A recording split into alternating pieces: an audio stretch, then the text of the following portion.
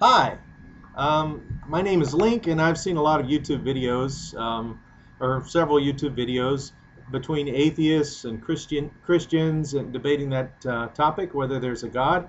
And some atheists, I notice, seem to think that it is uneducated or unintelligent to believe in a God. And I'd like to address that idea. Is it irrational for an educated person to believe in God? I consider myself to be reasonably educated. I have a master's degree. I'm still pursuing graduate studies. I have that's 18, 19, whatever, maybe 20, 19 years or so of formal education. And so I believe in God. And I know a lot of other people who have a lot of education who also believe in God. And I don't think you can find a correlation there. Um, but 100 years ago, if you think of the debate about whether God exists as one of astronomy or the issues of the existence of the universe, maybe 100 years ago, people were debating whether the universe always existed or whether it had a creator. And many theists, many Christians would have said it has a creator, and they were on that side of the debate. Now, atheists would generally will acknowledge that there was a beginning of the universe. And one theory is that the universe was about the size of a basketball and it contained time and various dimensions, perhaps, all in that basketball. And the basketball exploded, and that's where the universe came from. Now, if you compared all the ancient mythologies of where the universe came from, and you compare, an exploding ball to some of the ancient mythologies, or to the belief that there is an intelligent creator, which one seems more rational? I don't think that the exploding basketball idea sounds particularly more intellectual or more rational than the idea of an intelligent pre-existing creator. Now, as far as the idea of the universe expanding, being contracted to the size of the ball and exploding all over the place, um, that doesn't necessarily conflict with my belief system. I'm not saying that that's wrong, and I'm not saying that you either have to be, it's either belief in a creator or belief in a basketball. But what I'm saying is that is if you think about it, that there's still actually a lot of unresolved philosophical issues with saying, oh well, the universe started as the size of a basketball and exploded outward. Um, so my point with this is that belief in the Big Bang does not rule out the belief in God, and we're always learning and exploring when it comes to the issues of science. Now, a lot of the reasons that people become Christians or believe in God is because of their personal experience.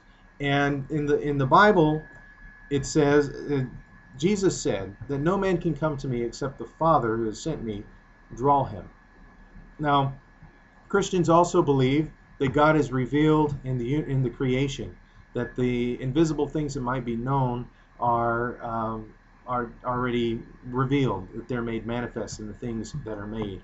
And so we can see the creation and we perceive that there is a God, and we believe that God is holy, that God is righteous, and that sinning against God is something serious and something that we must give an account for.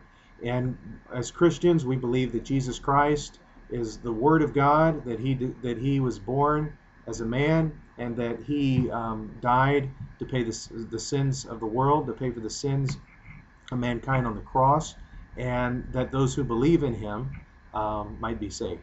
So we also believe that God raised him from the dead as a witness for it. Now, that's one of the methods of proof or evidence for Christianity, is a historical witness type of evidence. And that's where we see that, or we have evidence from historical documents of people who witnessed the resurrection of Jesus Christ. People who died, who gave their lives for it. And there's more evidence for the existence of Jesus Christ in ancient documents than for the existence of Julius Caesar. There's so many documents written about him compared to some of the other ancient things that historians would just take at face value. But when it comes to the Bible, everybody, the historians and even the people in the universities who study the Bible are very suspicious of anything that comes from the Bible. But some pagan thing written by the king of Egypt, which is obviously much more politically slanted than the things in the Bible that tell the weaknesses of King David, they'll accept any little comment out of some scholars will, those types of documents. So that's one type of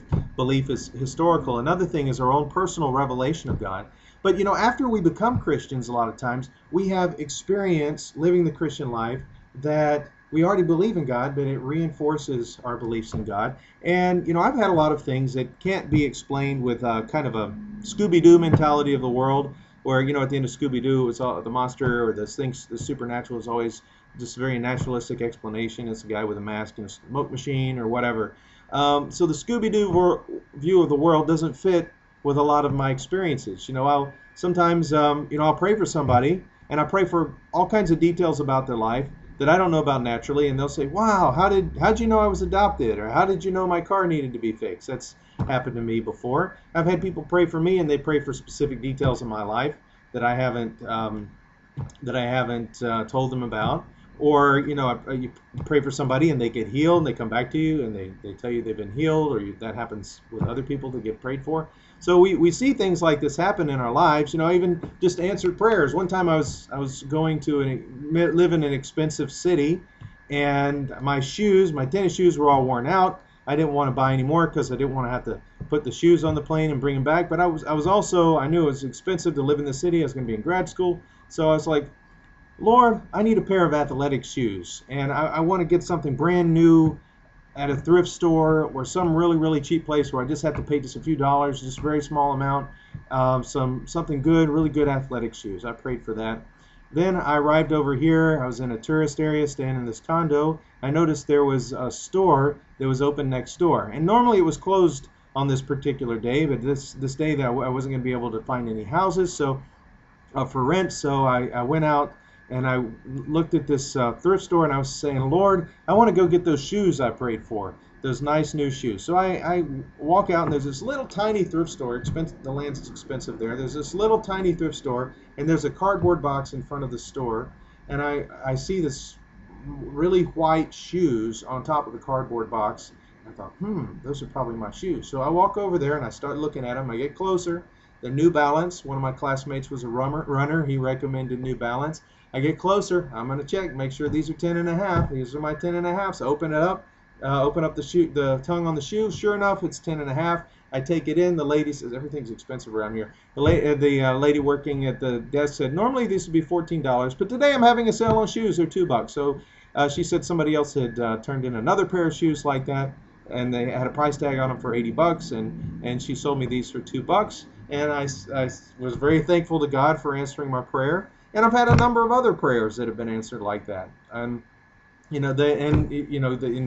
believe in spiritual gifts, and I've experienced a lot of things, where people will get words of knowledge, they get prophecies that are very detailed about people, and we can't. It's not just a cold reading or something vague, or is anybody here whose name starts with the letter A or something like that? But it's like somebody prophesying over my dad and his electrical work, who had never met my dad, and my dad didn't know anybody in the church, and I hadn't told anybody what my dad had done, and I hadn't seen the people in a long time, and they had no idea about his background. Or the same guy prays later for these two teenage girls and prays for their friend Toby that he wouldn't drive recklessly.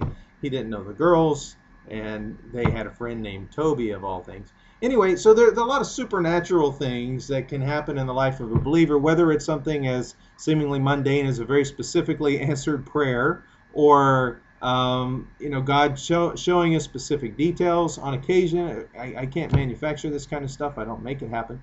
But my experience is not consistent with your atheist Scooby-Doo view of the world, where everything is materialistic and just easily explained. It's definitely, there's some things that are supernatural, or things that don't just match up with the atheist worldview. In fact, it would be irrational and pretty stupid for me to become a Scooby-Doo atheist, and based on what I've experienced, because that doesn't line up with reality.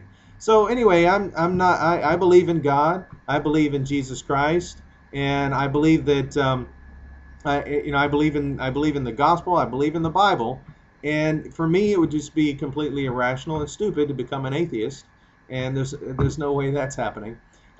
So anyway, Christians aren't Christians because they're uneducated or because they're not intellectual. They just have a different set of experiences, and some experiences are revelatory, whether it's the Spirit revealing to our hearts that God is real and that drawing us to Christ. We have a set of experiences that many atheists have not had and have not tapped into. So that's the difference between a Christian and an atheist, is a different set of experiences to draw from to interpret reality. Thanks.